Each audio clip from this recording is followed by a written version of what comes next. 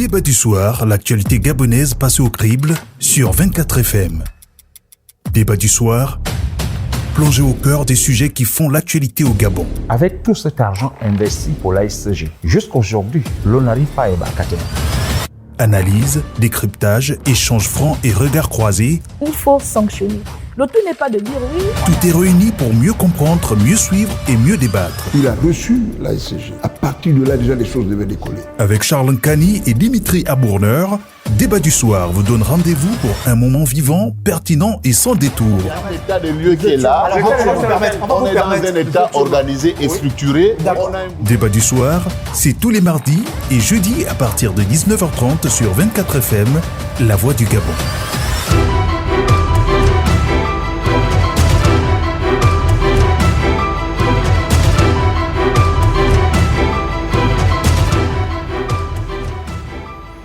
Et oui, vous êtes bien sur 24 FM, La Voix du Gabon, et vous faites bien d'être présents parmi nous, chers auditeurs, dans le débat du soir. Une importante séance de travail a réuni le mois dernier plus de 100 experts de 29 administrations publiques autour de la réforme du statut des agents publics. Réforme qui vise, selon la ministre de la fonction publique Laurence Ndong, l'amélioration de la performance des fonctionnaires dans le service rendu aux usagers. Problème, cette réforme implique la suppression des avancements automatiques au profit de l'évaluation des agents, ce qui fait grincer des dents les leaders de la société civile, eu égard au rapport de pouvoir dans la hiérarchie administrative, souvent exercé sans limite, les phénomènes d'affinité et autres règlements de compte et en cours n'étant pas pour rassurer les uns et les autres. Alors, comment le texte compte-t-il mettre les garde-fous nécessaires pour éviter les risques pointés du doigt par la société civile? En quoi et comment cette réforme pourrait-elle améliorer la performance des agents publics? Nous en débattons dans votre débat du soir avec monsieur Alain Mangouadi. Vous êtes conseiller pédagogique, doctorant en sociologie de l'éducation. Vous êtes syndicaliste. Monsieur, bonsoir. Bonsoir, monsieur. Merci d'avoir accepté l'invitation de 24 FM. Et face à vous, le docteur Guy Roger Kaba. Vous êtes spécialiste en éducation. Vous avez passé 12 ans à l'international, 4 ans au Canada, 8 ans au Sénégal. Vous êtes aujourd'hui consultant international sur les questions d'éducation, mais également fonctionnaire. Monsieur, bonsoir. Bonsoir. Merci également d'avoir accepté notre invitation d'entrée de jeu. Docteur Guy Roger Kaba, vous l'avez dit, vous le disiez en off, vous n'êtes pas l'agent de l'État, mais vous êtes un scientifique. Je rappelle que vous êtes mathématicien. Et monsieur Alain Mangouadi, vous êtes physicien. Voilà, deux scientifiques ce soir dans le débat de Gabon 24 pour essayer d'analyser, de décrypter en profondeur cette réforme, ce texte. Quel est le diagnostic général de l'État? Pourquoi cette réforme en 2026 selon vous? Merci. Vous avez dit tout à l'heure que je n'étais pas agent de l'État. Je suis agent de l'État, mais dans cette émission, je n'interviens pas en tant que... Avocat de l'État. Voilà, en tant qu'avocat de l'État. J'essaie de porter un regard scientifique. Je pense que mon contradicteur et moi, mon collègue et moi, on peut s'accorder sur un constat, sur l'inefficacité du service à l'usager de notre fonction publique. Je pense qu'on peut s'accorder là-dessus, et en particulier en éducation, il y a des choses qui dysfonctionnent. De toute façon, toute organisation vise à s'améliorer. Il faut s'inscrire dans un processus d'amélioration continue. Et je pense que cette réforme-là peut contribuer à améliorer cet état de fait. Donc voilà à chose ce que je pourrais dire. Monsieur Alain Mangouadi, le docteur Guy Roger Kaba, estime que vous pouvez au moins être d'accord là-dessus sur le constat. Les usagers ne sont pas satisfaits du service rendu par les agents publics. Avant d'arriver au constat, je veux d'abord essayer d'analyser la procédure qui a conduit au projet, parce que c'est des projets de textes qui vont revoir le statut général des fonctionnaires et le statut général de la fonction publique. Alors, je tiens à préciser que l'agent public gabonais a un contrat avec l'État gabonais. Et ce contrat s'appuie sur le statut général du fonctionnaire. C'est-à-dire que c'est le texte qui régit l'évolution de l'agent public, mais également les devoirs et les obligations mais également les avantages de cet agent public. Sauf que ce qui vient de se passer, c'est que il y a un partenaire qui, de manière unilatérale, a décidé de revoir les règles du jeu.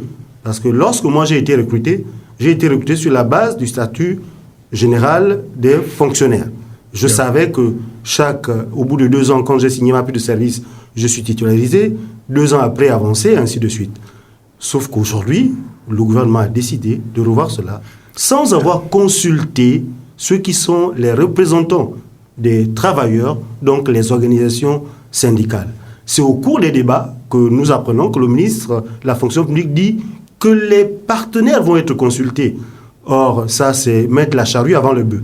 L'idéal, c'était de faire un débat, voir comment on peut corriger les malentendus avant de faire ce débat qui est devenu public aujourd'hui. Qui est devenu public, Monsieur Alain Mangouadi. Effectivement, c'est l'un des griefs que les syndicats font au ministère de la fonction publique, de ne pas avoir associé les partenaires sociaux à la discussion. Pourtant, nous le disions d'entrée de jeu, il y a quand même 110 experts de 29 administrations qui ont pris part aux discussions. Vous le disiez à l'instant, vous avez un contrat avec l'administration publique au même titre que ces différents représentants d'administration qui ont apporté des contributions et dont on peut présumer que leurs contributions visaient quand même à défendre aussi leurs propres intérêts en tant qu'agent public. C'est possible, sauf que moi je suis syndicaliste depuis plus de 20 ans.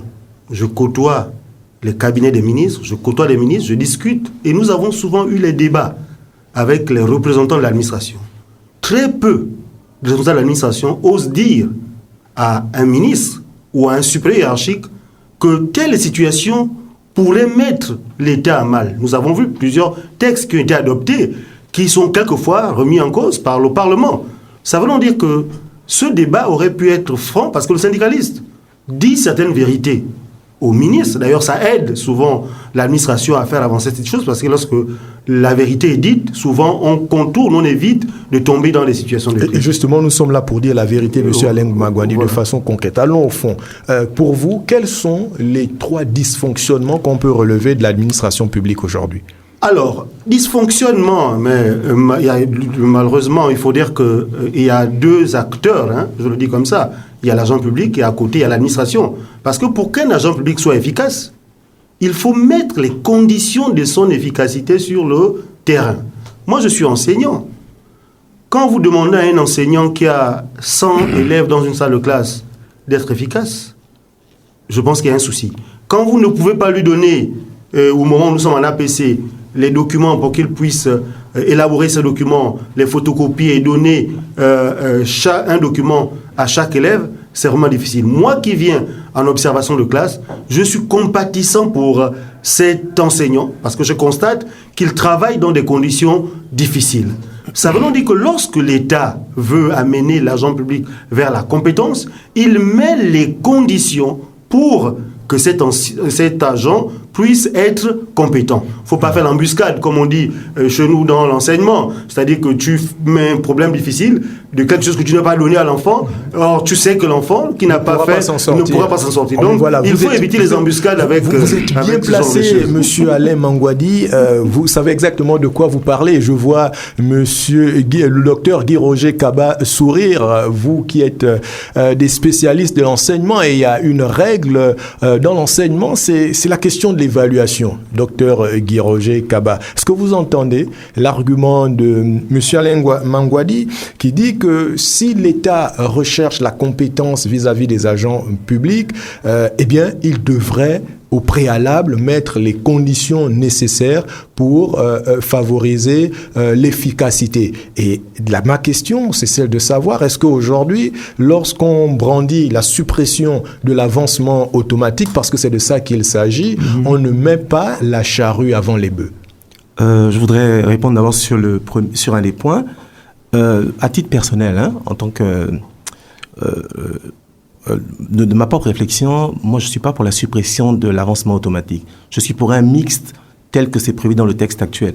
Et ça m'étonne que M. Mangouadi ne relève pas que dans le texte actuel, l'avancement au mérite existe bel et bien. Et je pense que ce qui est en train de se faire, la réflexion qui est menée, pour l'instant, on n'a pas la réforme, donc on discute un peu sur un objet inconnu. Oui. Je lui faisais la remarque dans l'échange Facebook. On n'a pas sûr. le texte on a de la vu, réforme. Madame le ministre a quand même fait une sortie dans les médias on a quelques qui a bribes, plutôt attesté un certain nombre d'informations qui étaient déjà rendues publiques. Voilà, on a quelques informations dont certaines me semblent extrêmement positives, notamment le dispositif d'évaluation tel qu'il est mis en place.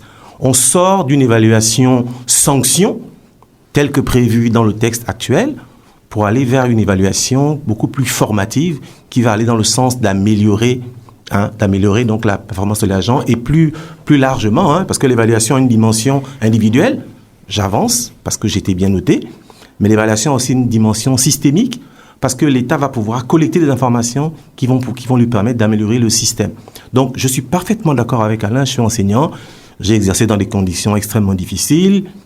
Il est clair que les conditions dans lesquelles exercent les enseignants ne sont pas les plus favorables. Je pense qu'on ne peut pas débattre là-dessus. C'est une réalité. Alors, je vais vous répondre avec une boutade. Comment arriver à évaluer quelqu'un qui travaille dans des conditions difficiles? Je vais vous répondre avec une boutade. Il y a quelques jours, à peine c'est tout frais, nous avons organisé le baccalauréat. Nous avons évalué nos élèves. Ces élèves qui ont été évalués, ont-ils appris dans des conditions idéales? Monsieur Mangouadi, est-ce que nos élèves qui viennent d'être évalués, tous les élèves que nous évaluons en classe tous les jours dans nos établissements, dans l'état que nous connaissons de nos établissements, est-ce qu'ils sont dans des conditions idéales? Pourtant, nous les évaluons. Oui. Parce que l'évaluation ne vise pas. C'est une vision dépassée de l'évaluation qui conçoit le fait d'évaluer comme étant une sanction. Oui. Voilà. Évaluer, d'abord dans ce que la ministre a présenté, il y a une dimension importante, il y a l'auto-évaluation. Quand je travaillais à l'international, j'étais évalué chaque année. Et mon évaluation commence par une auto-évaluation. Et c'est une évaluation qui est critériée. C'est pas mon chef qui est enfermé dans son bureau qui m'attribue une note qui peut être arbitraire. Voyez-vous? Donc, c'est une évaluation sur la base d'une grille avec des critères précis. Il ne s'agit pas de dire tel agent est inefficace ou il est efficace, c'est quelqu'un qui a le stylo à la main, comme j'ai le mien là pour noter les petites phrases, éviter d'oublier mes questions.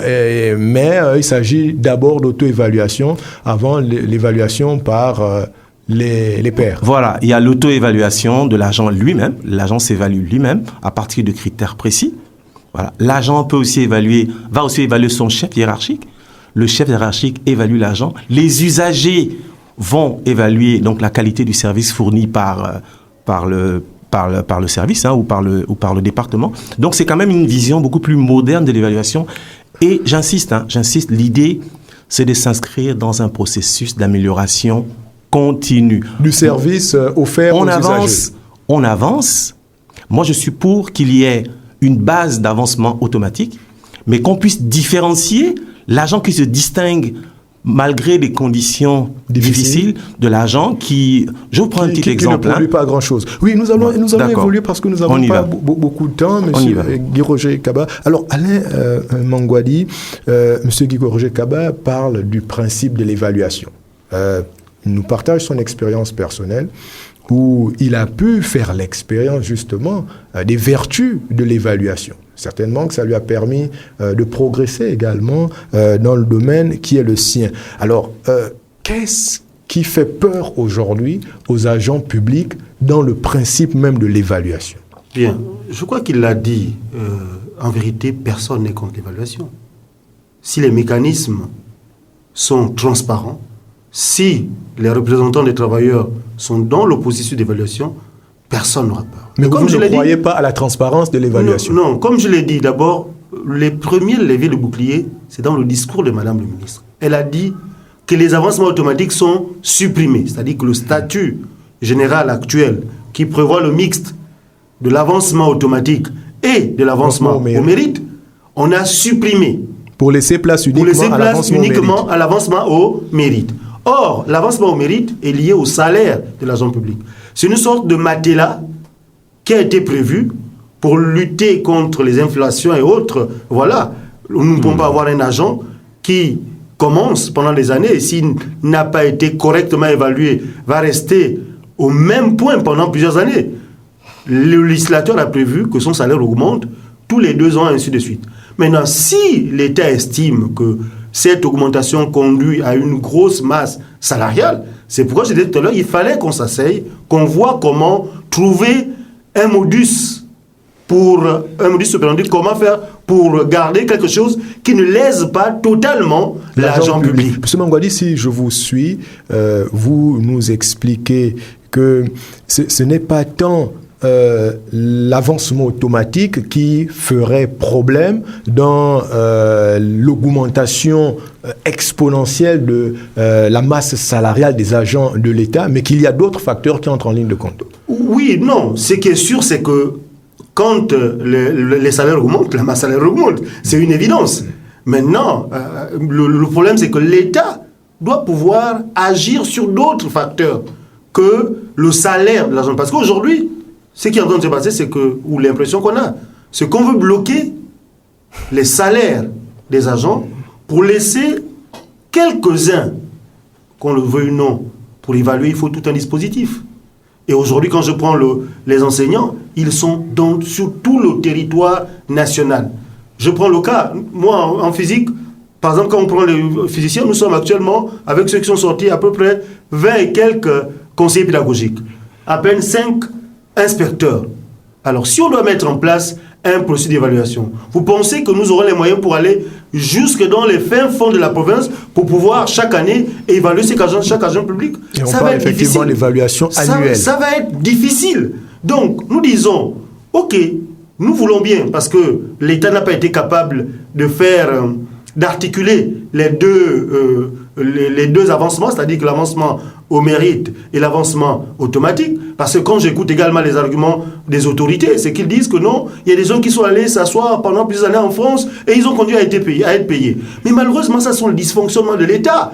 L'administration n'a pas fait correctement son travail. Et il est anormal qu'on vienne sanctionner près de 100 000 fonctionnaires parce qu'on a 1000 agents publics qui sont allés s'asseoir en France et que l'administration qui était censée faire le point, dire que j'ai un tel agent qui a disparu de son poste depuis des années. J'étais au Cameroun il y a quelques années, j'écoutais à la radio un communiqué qu'on faisait pour demander aux agents qui avaient abandonné leur poste de regagner leur poste. Est-ce que ce genre de communiqué on le fait encore au Gabon? Et pourtant on sait qu'il y a des gens qui sont absents à leur poste depuis de longues années. Donc ce qu'il faut faire, à mon avis, c'est d'interpeller d'abord les responsables. Parce que les mêmes responsables qui laissent les gens aller se promener en France sont les mêmes responsables qui seront chargés d'évaluer certains agents publics. Monsieur Mangouadi, on entend bien votre argumentaire, mais je crains que finalement on ne déplace le problème. Ici, l'objectif visé, c'est d'améliorer l'efficacité de l'agent public ou bien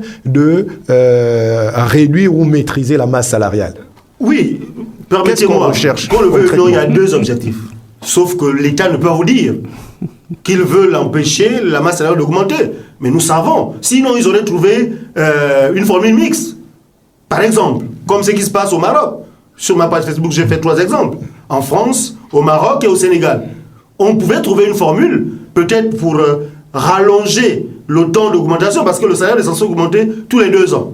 Au lieu, par exemple, qu'il augmente tous les 2 ans, on peut dire, bon, il augmente tous les 3 ans. Comme ça, sur 9 ans, la personne va changer une classe. Mais malheureusement, au lieu de trouver des solutions qui apaisent, qui ne sont pas brutales, on trouve une solution qui dit carrément que non, on suspend, on arrête totalement. La mesure est un peu radicale. Voilà, elle est rigide, elle est radicale, je pense. Monsieur Guy-Roger Kaba, oui. Tout à l'heure vous évoquiez, vous dites que vous défendez le principe de l'évaluation.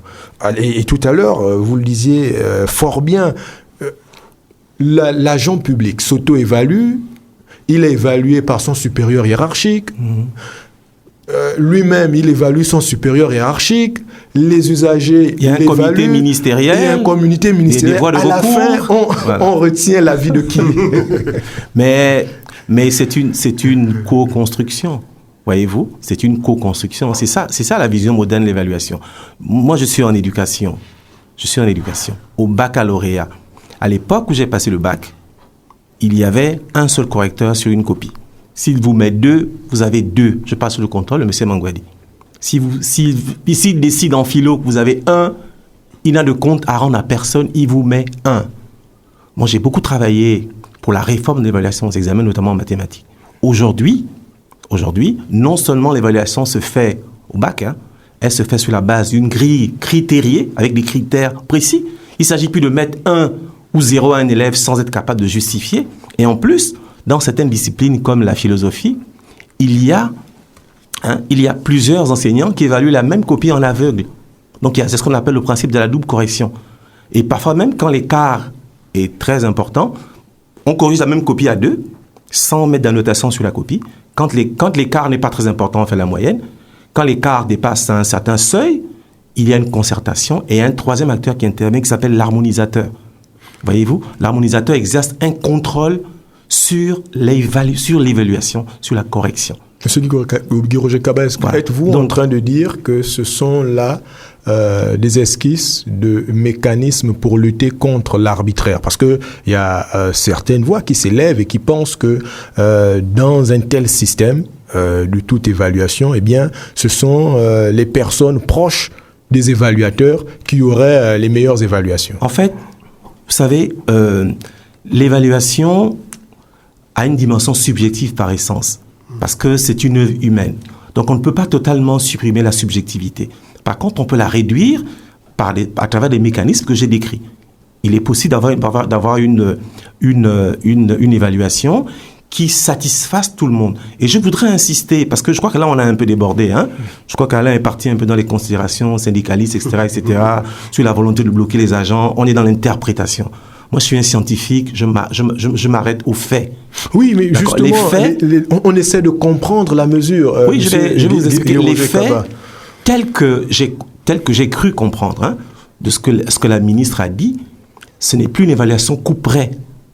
Ça veut dire que ce n'est pas parce que, au terme d'un processus, vous êtes mal évalué que vous êtes condamné à rester à votre statut hanté ad vitam aeternam toute votre carrière. C'est-à-dire que vous ne croyez pas à la thèse selon laquelle l'État viserait à maîtriser la masse salariale. C'est de la spéculation. Moi, j'ai pas envie de spéculer. Lui, les syndicalistes, ils spéculent. Moi, j'ai pas envie de spéculer. Moi, je suis un scientifique. J'essaie de regarder froidement les choses. D'accord ? Très bien. De ce que j'ai compris, des bribes d'informations que j'ai, parce que on n'a pas encore, lui comme moi, on n'a pas encore la réforme. La réforme est dans sa phase de conception. Pour moi, en tant que scientifique, il est normal que celui qui conçoit la réforme s'asseye pour donner forme à son texte avant de se concerter avec des partenaires. Je conçois mon objet, la réforme telle que je l'ambitionne, telle que je la vois.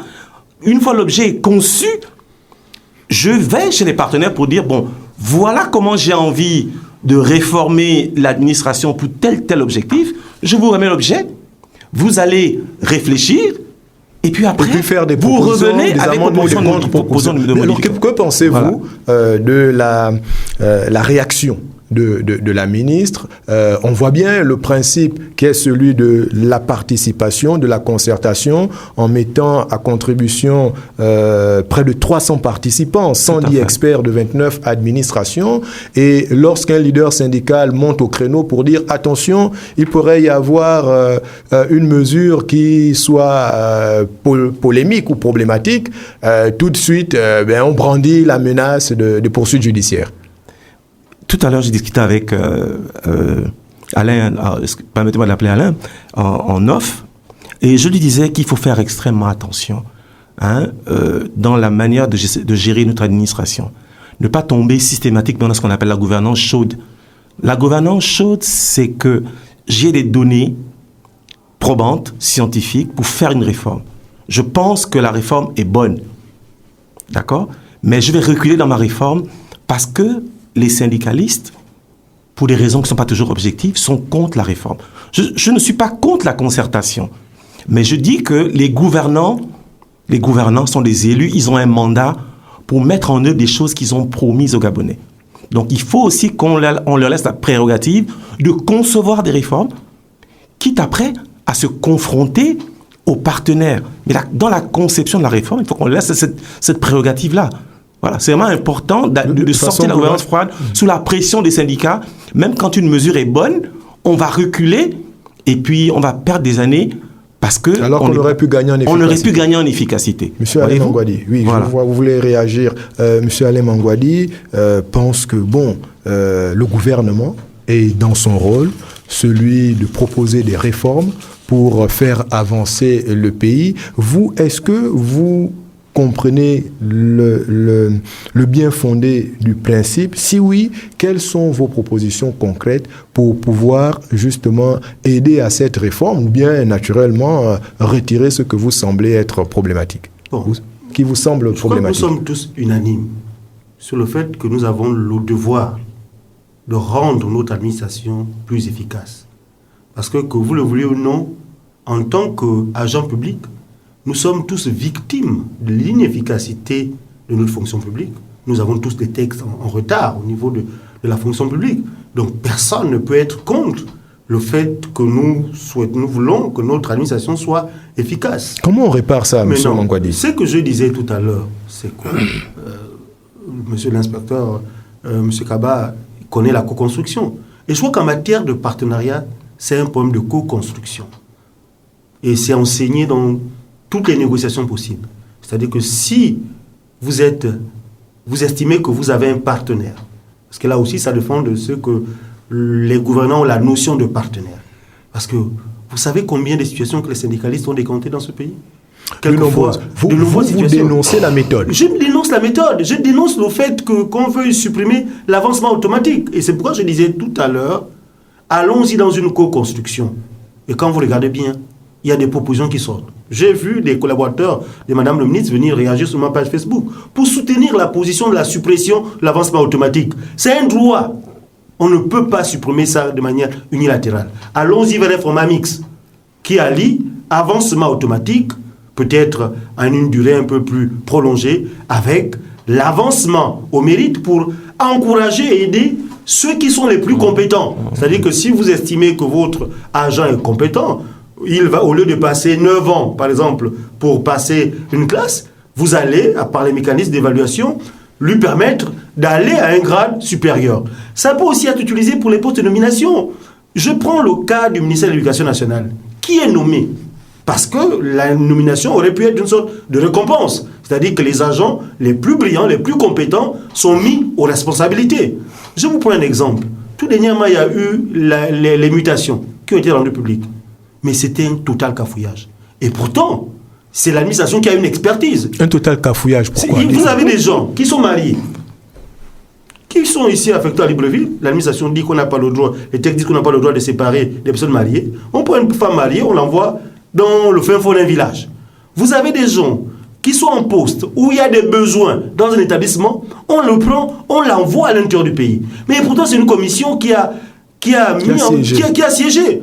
C'est pour montrer les failles qu'il y a dans notre administration. Parce que le favoritisme qui a été pendant longtemps, là, ne peut pas disparaître d'un coup de bâton magique. C'est-à-dire que c'est tout un processus. Il y a de la sensibilisation, il y a de la formation pour amener les personnes qui seront aux responsabilités à agir dans un autre logiciel que celui qui a souvent été là pendant de nombreuses années. Donc il y a un processus qu'il faut vraiment réellement mettre en place. Vous pouvez tout à fait rebondir, M. Kaba. Est-ce que vous entendez cela au-delà du principe d'évaluation pour atteindre l'efficacité recherchée par tous dans les services publics? M. Alain Mangouadi évoque quand même d'autres éléments. Il parle de la sensibilisation, il parle de la formation, parce que à l'épreuve des faits, on voit bien que cette administration est des plus inefficaces. Je voulais réagir sur un point précis, sur le favoritisme. Et puis, lancer un peu un pic à Alain pour lui dire que les syndicats... Le favoritisme est un facteur de l'inefficacité de l'administration. Non, c'est évident, on ne peut pas discuter là-dessus. Je voulais lui lancer un pic pour dire que les syndicats, de par la manière dont ils parlent, par ce qu'ils proposent, c'est-à-dire un gouvernement qui ne fait pas un pas sans concertation, qui n'a pas de vision, chaque fois se concerte avec les syndicats, ça devient des partenariats de connivence. Ça devient des partenariats de connivence qui ne visent plus l'efficacité, mais qui visent la satisfaction de quelques leaders syndicaux. Donc les syndicats dans ce pays ont participé ont bénéficié de ce favoritisme-là, ont participé à ce favoritisme. Moi, j'ai vu des concours de l'ENS où la majorité des admis étaient des syndicalistes connus et reconnus. J'ai été formateur à l'ENS dans une promotion particulière d'enseignants du primaire qui est devenu prof de collège. 100% des 30 fonctionnaires admis au concours, c'était des syndicalistes connus et reconnus. Et ça, c'est le résultat du favoritisme. Bien sûr, c'est pour ça que je disais que on est d'accord pour la co-construction. On est d'accord pour le partenariat. Mais il ne faut pas que le partenariat devienne une connivence ou un empêchement à avancer. C'est important. Un facteur bloquant. Les facteurs bloquants. C'est important que les gouvernants prennent des décisions sur la base de données probantes qu'ils ont dans le but d'améliorer le fonctionnement de l'administration, le fonctionnement de la société. Docteur Kaba, est-ce qu'il n'y a pas aussi un risque justement de passer à côté de l'efficacité si on ne tient pas compte de tous les facteurs qui doivent pouvoir garantir la réussite de la réforme? Vous le dites, des études ont été menées. On a entendu Madame le ministre, pendant 7 mois, on a mené des études, on a fait des comparaisons avec ce qui se passe dans d'autres pays. Et puis, une tentative de passage en force. Si jamais elle croisait la résistance de la part des syndicats et que ça l'amenait à reculer, est-ce qu'à la fin, on ne passerait pas à côté de l'efficacité de la réforme qui peut être bénéfique pour l'administration? Non, mais vous savez, moi je parle des gouvernants qui doivent avoir le courage de prendre des décisions qu'ils croient être bonnes pour l'avancée de la société. Mais est-ce que le courage, ce n'est pas aussi de dialoguer, justement? Non, je suis absolument pas contre le dialogue. Je ne suis pas contre le dialogue, mais je dis que il y a plusieurs phases. Il y a la phase de la conception, de la réflexion. Je suis ministre, je suis chef d'entreprise, je suis conseiller pédagogique, je veux réformer la façon d'accompagner les enseignants. Je réfléchis au dispositif que moi, Alain Mangouadi, conseiller pédagogique de physique, voudrait donner un nouveau sens à l'accompagnement des enseignants. Donc, dans la conception, on se retrouve à l'IPN entre conseillers pédagogiques. Une fois l'objet est conçu, on a un draft de l'objet, une première mouture de l'objet. Cet objet, je le soumets aux enseignants qui, eux, vont être accompagnés. Et on en discute, ils prennent le temps d'analyser en profondeur l'objet, et puis sur la base de cette analyse, ils vont souligner point par point ce qui convient, ce qui ne convient pas, et faire des contre-propositions. Et là, on entre dans un processus de co-construction. Mais si à chaque fois qu'un gouvernant veut faire un pas, il s'arrête pour dire « Fait Sénat, qu'en pensez-vous ?» Vous vous rendez compte, c'est paralysant. Et ça peut peut-être retarder les choses. Nous allons marquer une petite pause, messieurs, et nous nous retrouverons juste derrière ce jingle. Débat du soir, l'actualité gabonaise passée au crible sur 24 FM. Débat du soir, plongé au cœur des sujets qui font l'actualité au Gabon. Avec tout cet argent investi pour l'ASG, jusqu'aujourd'hui, l'on n'arrive pas à évacuer. Analyse, décryptage, échanges francs et regards croisés. Il faut sanctionner. Le tout n'est pas de dire oui. Tout est réuni pour mieux comprendre, mieux suivre et mieux débattre. Il a reçu l'ASG. À partir de là, déjà, les choses devaient décoller. Avec Charles Nkani et Dimitri Abourneur, Débat du soir vous donne rendez-vous pour un moment vivant, pertinent et sans détour. Il y a un état de lieu qui est là. On est dans un état organisé et structuré. Débat du soir, c'est tous les mardis et jeudis à partir de 19h30 sur 24 FM, La Voix du Gabon. Nous sommes de retour dans le débat du soir avec nos invités, le docteur Guy-Roger Kaba, spécialiste des questions d'éducation, et monsieur Alain Mangouadi, conseiller pédagogique et syndicaliste. Voilà, messieurs, nous poursuivons donc notre discussion, et tout à l'heure, en off, vous le disiez, monsieur Kaba, vous pointez du doigt le rôle qui n'a pas toujours été positif, le rôle joué par les syndicalistes. Je voudrais pas être juge des syndicats. Hein. Moi-même, j'ai été longtemps syndiqué en tant qu'enseignant. Je voudrais pas être juge des syndicats. Je veux simplement dire que dans le dysfonctionnement de notre administration, les syndicats ont leur part. Comme l'administration a sa part, comme l'agent public a sa part.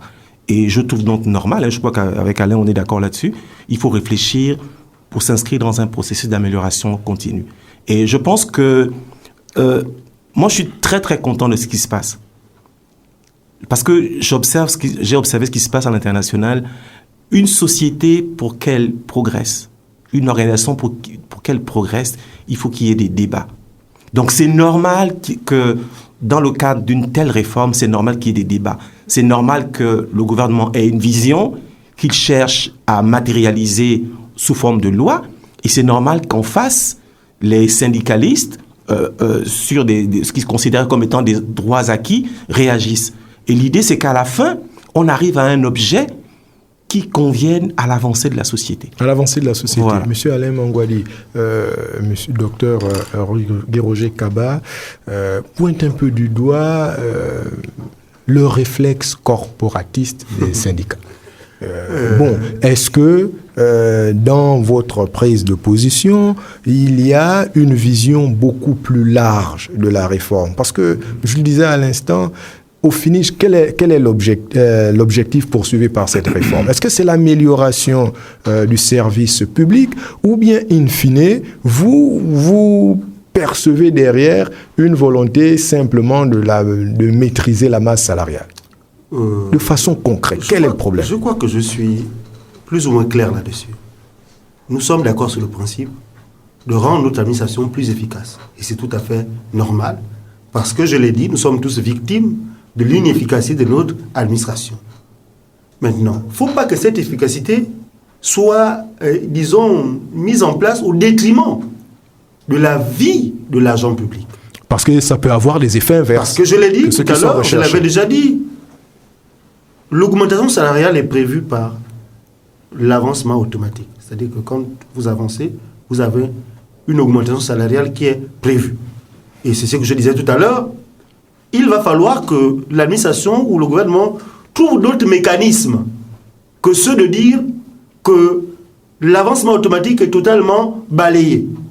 Réfléchissons, puisque Madame la ministre a dit qu'elle va convier les syndicats et les autres acteurs, parce que le problème de salaire, c'est quelque chose de la société, parce que ça a un effet dans le quotidien, sur l'économie. Les salaires qui augmentent, ça permet à l'économie de fonctionner. De fonctionner, bien sûr, donc, parce que ça, le pouvoir d'achat augmente et ça peut leur permettre de consommer. En fait, c'est pas quelque chose qui concerne seulement les syndicalistes que nous sommes ou les hommes que nous sommes, ça concerne la société. Donc, il est, à mon avis, nécessaire de faire véritablement ce débat pour que nous puissions sortir de là avec un format qui ne lèse personne.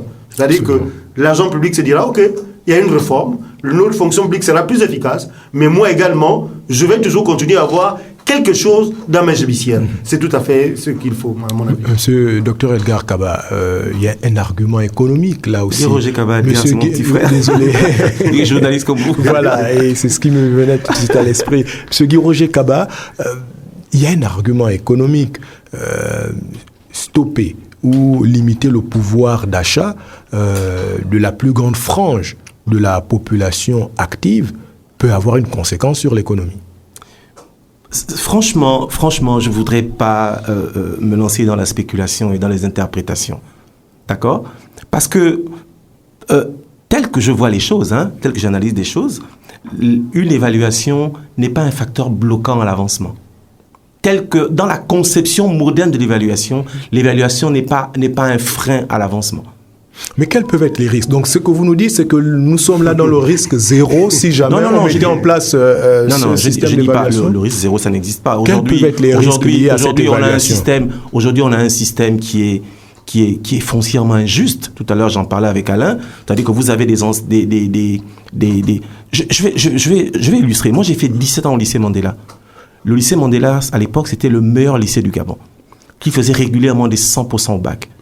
Il y avait des enseignants dévoués dans ce lycée.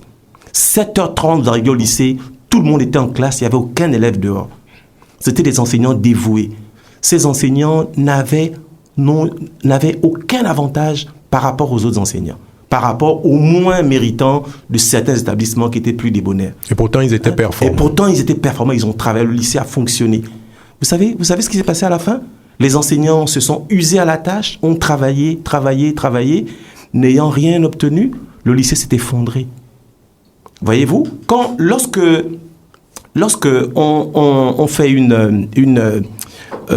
lorsque on ne récompense pas le mérite, L'inconvénient, c'est le découragement. Voilà, d'accord? Moi, je ne suis pas contre l'avancement automatique.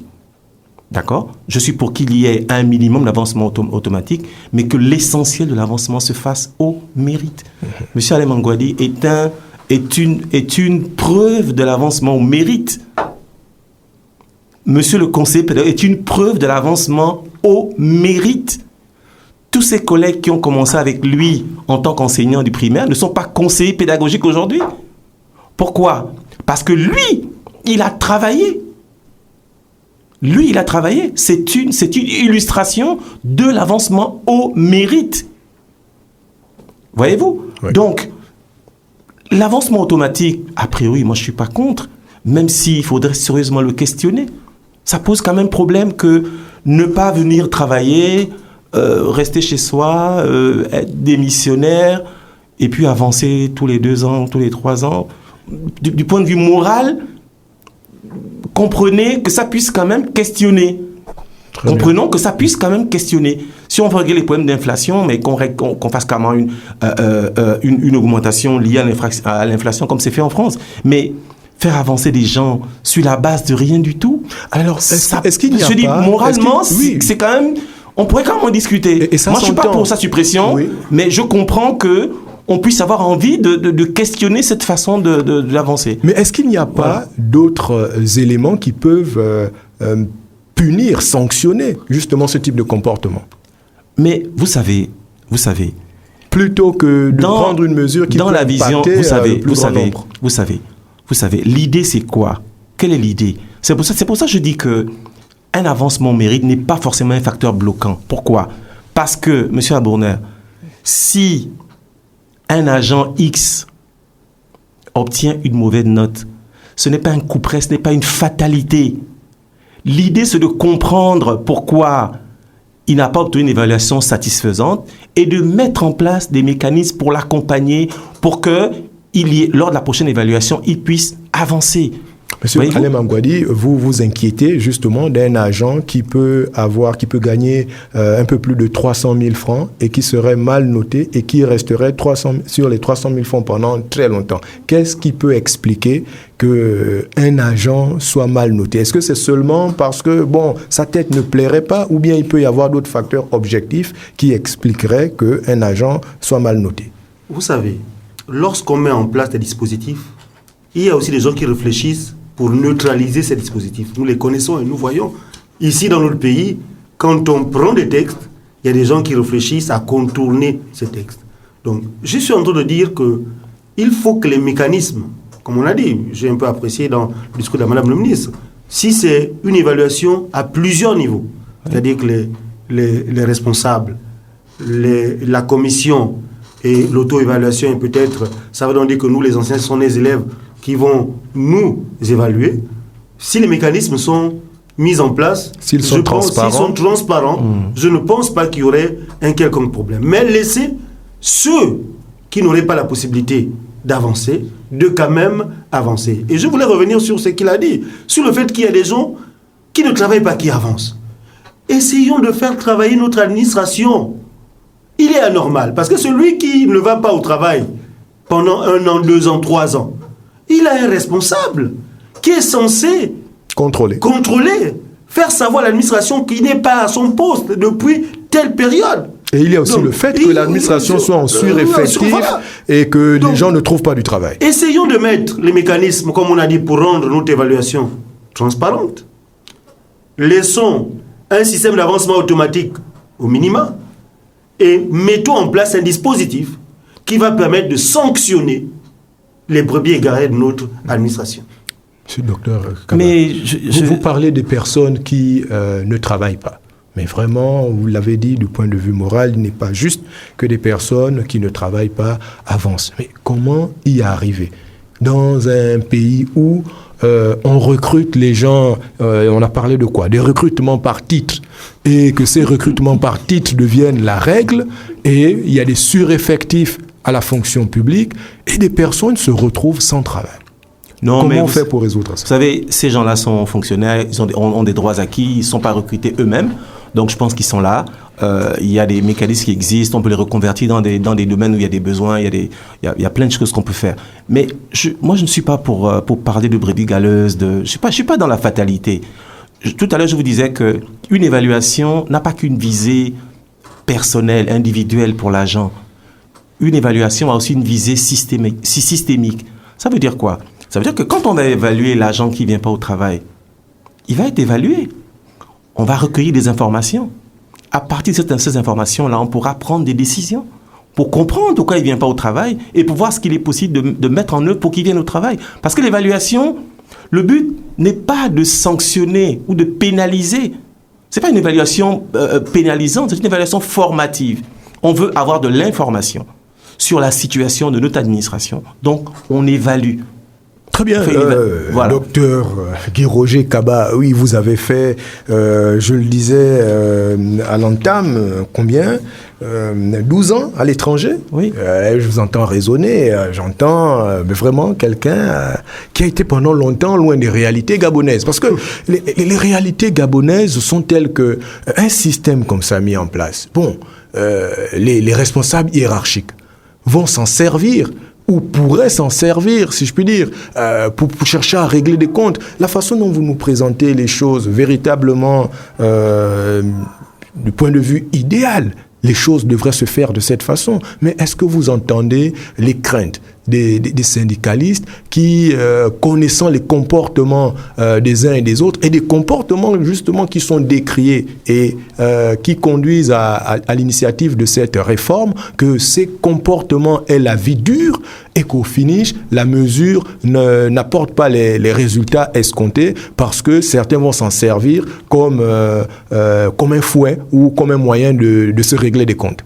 Vous savez, je suis resté longtemps à l'étranger, mais j'ai fait de la gestion de projet, d'accord, dans quasiment tous les pays d'Afrique francophone. Donc, j'ai aussi fait énormément de terrain. Vous savez, quand vous pilotez des projets éducatifs, vous allez sur le terrain, discuter avec les acteurs de terrain, etc., etc. Et j'ai vu des situations. Il faut pas céder à la fatalité. Ce n'est pas parce que notre pays dysfonctionne que c'est le pire pays du monde et qu'on ne peut rien faire.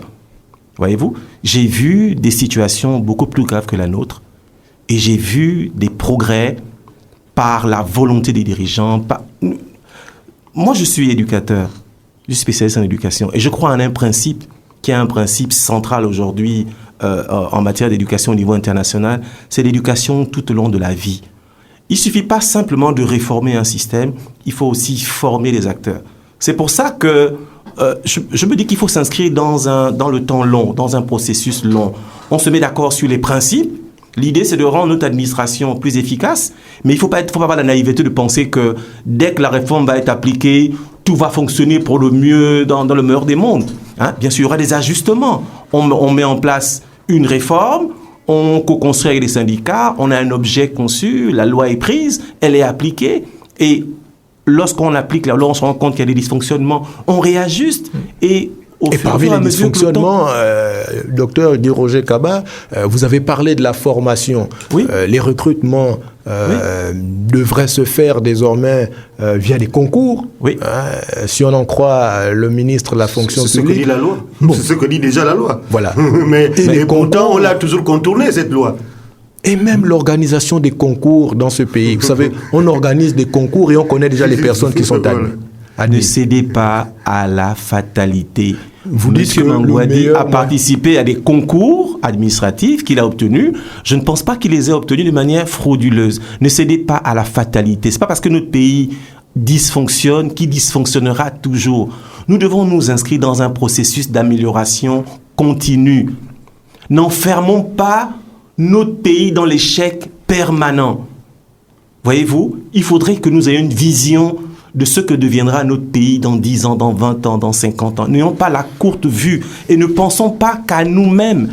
Tout à l'heure, je disais à M. Alain Mangouadi qu'il se peut même que lors des réflexions, des concertations, que la réforme s'applique aux nouveaux fonctionnaires.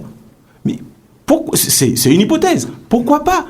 L'idée, c'est de s'inscrire dans un processus d'amélioration continue, sans céder à la fatalité. Battons-nous pour que nous léguions un meilleur pays à nos enfants. Ne soyons pas toujours dans les choses, oui, on a triché, on n'a pas triché, etc., etc. Tous les Gabonais ne sont pas des tricheurs. Bien sûr. Il y a des Gabonais qui travaillent, qui donnent le meilleur d'eux-mêmes. Ces gens-là... Qui constituent des modèles. Qui peuvent constituer des modèles. Voyez-vous, dans ce type de réforme-là, nous verrons émerger de bons modèles, de modèles de bonnes pratiques pour notre système, pour notre fonction publique. Nous ne tombons pas dans la fatalité. Roger Kaba est particulièrement optimiste. Je suis un enseignant, voilà, je suis un formateur, je suis formateur, voilà, il est très optimiste. Vous, aujourd'hui, est-ce que les syndicats pensent que si demain il y a cette co-construction, est-ce que les syndicats sont convaincus que la réforme peut amener enfin un service public qui soit performant? Vous savez, moi je pense y a-t-il une chance qu'il faut aller progressivement. Tout à l'heure on disait que nous avons des mauvaises pratiques qui se sont enracinées en nous. Donc il y a un travail préalable à faire de sensibilisation, d'éducation, pour installer au fur et à mesure le processus d'évaluation. Si tout ce travail est fait et que chaque Gabonais ce travail commence par quoi? Ce travail, à mon avis, déjà, ce qui à mon avis demain, c'est d'aller déjà à la suppression de l'avancement automatique. Moi, je suis pour qu'on aille sur un système mixte, avancement automatique et avancement au mérite. Et on met en place les mécanismes d'évaluation et on les expérimente. Parce qu'il ne faut pas que notre fonction publique soit un terrain d'expérimentation. C'est-à-dire qu'avant de généraliser, on met en place une expérimentation, on évalue cette expérimentation, et ensuite, quand on se dit que nous avons des outils efficaces, nous lançons le processus pour l'évaluation. Très bien. Je voudrais également vous questionner sur... Est-ce que je peux rebondir rapidement sur Oui, bien sûr. Je pense qu'il ne faut pas que M. Alain Mangouadi troque sa veste de syndicaliste contre la veste d'homme politique. D'accord? Qu'est-ce que vous essayez de dire? J'essaie de dire qu'il a donné une vision de la réforme qui est la sienne. Peut-être la vision de l'homme politique. Mais ça peut constituer... Non, mais il a le droit. C'est un citoyen gabonais, il a le droit. Non. Je ne veux pas lui dénier ce droit. Il a parfaitement le droit d'avoir une vision de la réforme, une vision même de la méthodologie de mise en œuvre de la réforme. Il a parfaitement le droit. Vraiment, je ne peux pas lui nier ce droit-là. C'est un citoyen gabonais comme moi. Mais il ne faut pas laisser paraître que sa vision, c'est l'unique vision et que le gouvernement doit nécessairement s'y soumettre. Voyez-vous, il y a plusieurs façons de réformer. On peut réformer directement, on peut réformer par des projets pilotes, comme il a dit, on expérimente. Il y a plusieurs portes d'entrée, il n'y a pas qu'une seule porte d'entrée pour réformer une organisation. D'accord? C'est un point de vue qu'il exprime. D'accord? Dans un processus... C'est un avis, voilà. Dans un processus de co-construction, cet avis est bon à prendre, mais il ne faut pas donner l'impression que c'est la seule voie à suivre. J'insiste encore là-dessus. Les gouvernants sont des élus. Ils ont un mandat. Donc, ils ont le devoir de gouverner. D'accord? Avancer chaque pas en demandant aux partenaires, bon, qu'est-ce qu'on fait, etc., etc., ça peut constituer la preuve d'un manque de vision. Mais la preuve d'un manque de vision... On sait où on va. Non, ce que je veux dire, s'applique à ces personnes. Non, je ne suis pas contre la concertation. Ouais. Je pense que j'ai eu plusieurs fois l'occasion de le dire. Je ne suis pas contre la concertation. Mais il ne faut pas que ce soit une concertation paralysante. Je conçois un projet de société qui se décline sur plusieurs plans. J'ai des idées, je veux les mettre en œuvre. Participation constructive. Voilà, je veux les mettre en œuvre. Je conçois l'objet. Tout à l'heure, je faisais la remarque. Une fois qu'on a conçu l'objet... Mais l'objet n'est pas encore conçu. Est-ce que M. Alain Mangouadi a la réforme? Mais la réforme, malheureusement, la réforme est dans le pipe. Pourquoi on la cache? Non, mais la question... Mais donc ça veut dire qu'elle est en construction. Elle est en construction. Mais oui, ça veut dire qu'elle est en construction. Mais pourquoi ne pas attendre au moment où les partenaires sociaux auront l'objet? Parce que peut-être qu'il y a d'autres choses dans cette réforme. Oui, bien sûr, de l'analyse. Peut-être qu'il y a d'autres choses dans cette réforme-là qui vont vous déranger. Pour l'instant, vous réagissez de manière épidermique sur un point particulier. Oui, sur un point particulier, voilà. Bon, messieurs, il ne nous reste plus beaucoup de temps. Ouais. Peut-être on va, pour conclure, votre dernier mot. Qu'est-ce qu'on retient aujourd'hui par rapport à cette réforme? Je propose qu'on fasse jouer le droit d'aînesse et que... Voilà, monsieur Alain Mangwadi, Alors, moi, j'ai envie de dire que la réforme, on l'amène pour le bien-être du peuple. Et les agents publics sont des membres du peuple gabonais.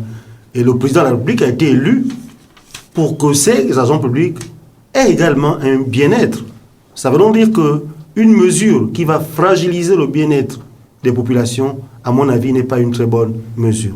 Donc il est nécessaire, à mon avis, de poursuivre le débat pour trouver un modus operandi qui permettra à ce que les agents publics ne soient pas les perdants de cette réforme. Voilà, le bien-être des agents publics dans la réforme. Monsieur docteur Guy Roger Kaba, Alain Mangwadi le dit, il faut tenir compte au bien-être, il faut tenir compte du pouvoir d'achat des fonctionnaires. Oui, votre mot de la fin. Mon mot de la fin, c'est que je trouve quand même dommage de partir avec un a priori qui consisterait à dire que la réforme telle qu'elle est conçue actuellement va à l'encontre du bien-être de l'agent public. Il faudrait attendre d'avoir l'objet de la réforme, d'accord, donc la réforme. Là, on a quelques bribes sur lesquelles on peut discuter. En ce qui me concerne, l'évaluation au sens moderne du terme n'est pas une sanction, n'est pas une évaluation couperet. Donc, a priori, elle n'a aucune raison de bloquer l'agent. Voilà. Donc, a priori, elle n'a aucune raison de bloquer l'agent. Sauf pour les agents qui ne voudraient pas travailler. Non, mais agent qui ne voudrait pas travailler, si on s'inscrit dans un processus d'évaluation formative, on peut amener l'agent qui ne veut pas travailler à travailler. Voilà, donc je pense qu'il ne faut pas... Et puis, mon mot de fin, c'est...